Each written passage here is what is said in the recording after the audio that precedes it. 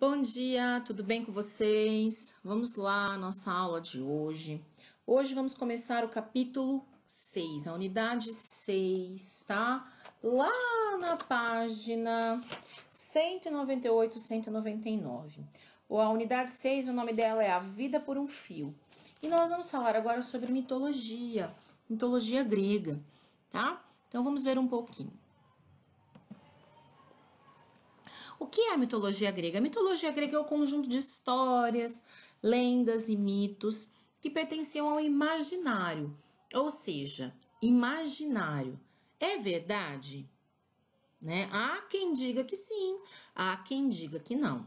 Então, é o imaginário da civilização da Grécia Antiga, apresentando inúmeros deuses, heróis lendários e criaturas fantásticas, além de supostas justificativas para o surgimento do universo e da vida.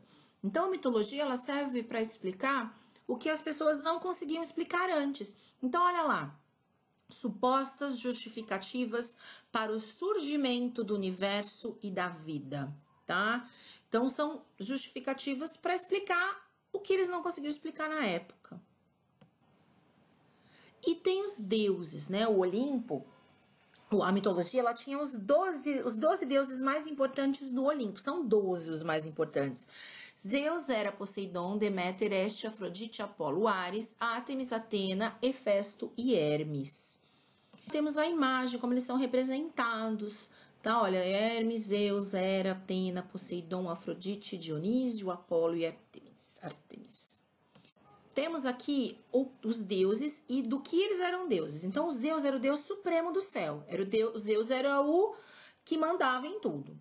Hera era a deusa protetora das mulheres, do casamento e da maternidade, tá? Poseidon é o deus dos mares e dos oceanos. Hades, o deus dos infernos, dos mortos e do subterrâneo. Afrodite é a deusa do amor e da beleza. Hestia é a deusa do lar e do coração. Apolo é o deus da luz do sol, da música, da poesia, das artes, da beleza masculina e da adivinhação.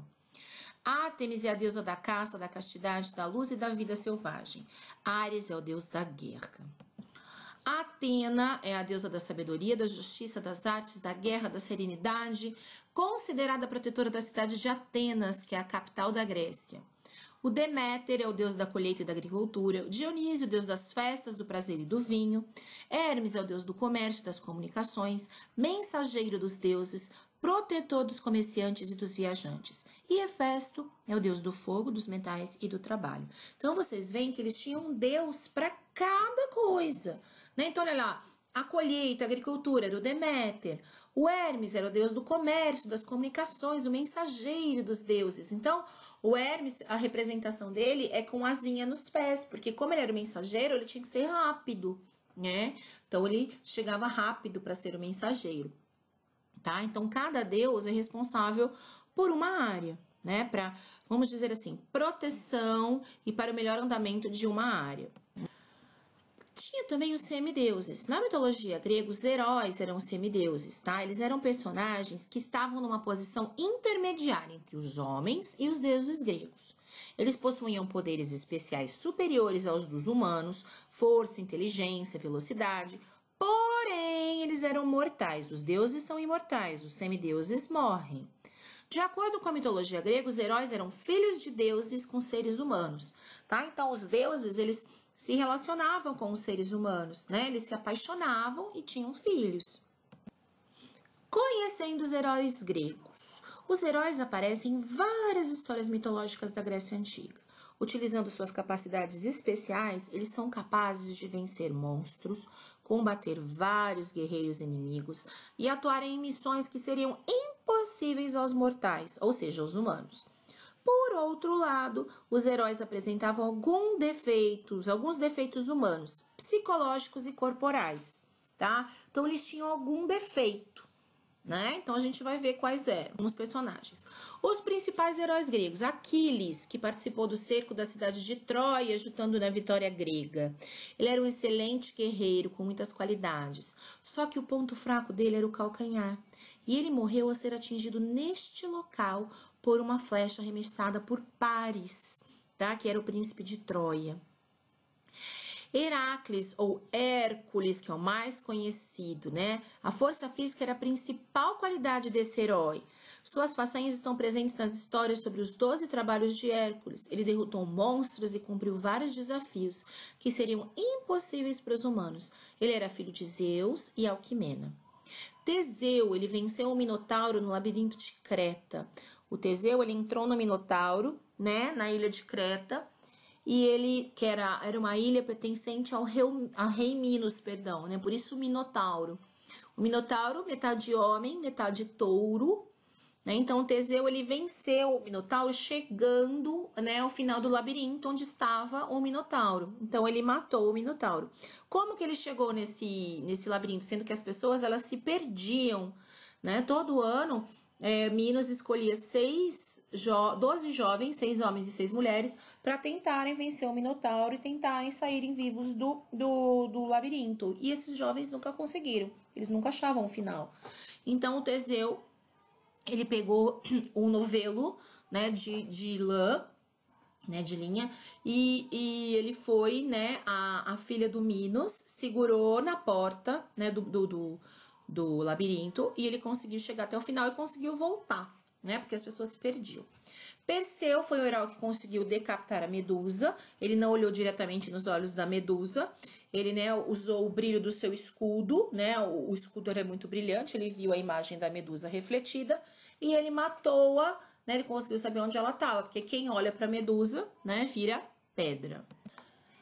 Então, os mitos gregos mais conhecidos. O mito de Prometeu, tá? Essa é uma escultura. O mito de Prometeu. Prometeu, ele roubou o fogo dos deuses e deu para a humanidade, para os humanos, né? O fogo. Então, Zeus castigou Prometeu. O que Zeus fez? Zeus amarrou Prometeu, né? Ele acorrentou Prometeu em cima de uma montanha e fez um cortinho, né, no Prometeu. Então, todos os dias uma águia vinha e comia um pedaço do fígado do Prometeu. Só que como Prometeu, ele era um semideus, o fígado dele se regenerava durante a noite. E no outro dia ele ficou ali por muito tempo, tá? Então, os deuses, eles castigavam as pessoas.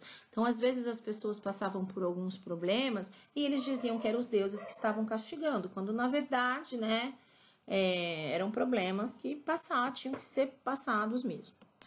O mito de Daphne, né, aí também é uma escultura. Daphne, ela era filha, né, de um deus, que eu esqueci o nome agora, me perdoe, tá? Então, este Apolo foi amaldiçoado a se apaixonar por Daphne. Só que a Daphne, ela não queria nada com o Apolo.